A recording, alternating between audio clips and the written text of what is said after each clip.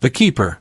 It was a forgotten corner of the city, a place where the streetlights flickered nervously and the air always carried a chill.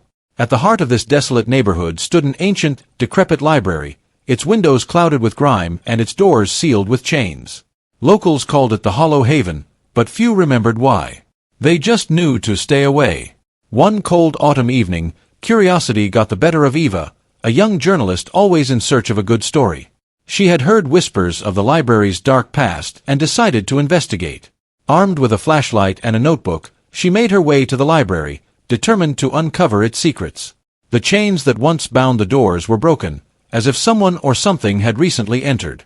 Eva pushed the heavy doors open, and they groaned in protest. Inside, the air was thick with the scent of old books and something more sinister, something that smelled of decay and despair. Her flashlight beam cut through the darkness, revealing row upon row of bookshelves, their contents hidden in shadows. She walked cautiously, her footsteps echoing through the silent halls. As she ventured deeper, she noticed something strange. The books were not covered in dust, as one would expect in an abandoned place. Instead, they seemed meticulously maintained, almost as if someone was still caring for them. Eva felt a chill run down her spine. She turned a corner and found herself in a large reading room. At the center of the room stood a massive wooden table, and on it, a single book lay open. Drawn by an inexplicable urge, she approached the table and looked at the book. Its pages were filled with names, written in an elegant, flowing script. Her flashlight flickered, casting eerie shadows that seemed to dance around the room. As she scanned the names, Eva felt a cold breath on the back of her neck. She spun around, her flashlight beam darting wildly, but saw nothing.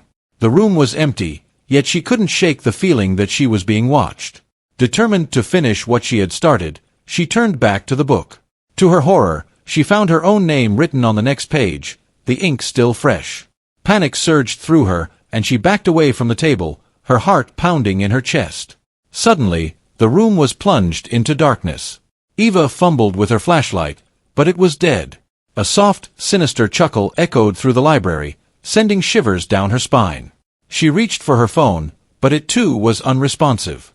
The chuckling grew louder, closer. Eva's eyes darted around the room, trying to pierce the darkness. Then she saw them, glowing, malevolent eyes watching her from the shadows.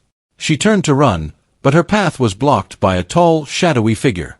Its eyes gleamed with an otherworldly light, and it reached out a skeletal hand. "Welcome," it whispered, its voice like the rustling of dry leaves. "I am the Keeper. You have been chosen." Eva's scream echoed through the Hollow Haven, but no one heard. The library doors creaked shut, sealing her fate within its haunted walls. And so, another name was added to the Keeper's book, another soul trapped in the library's dark embrace for eternity.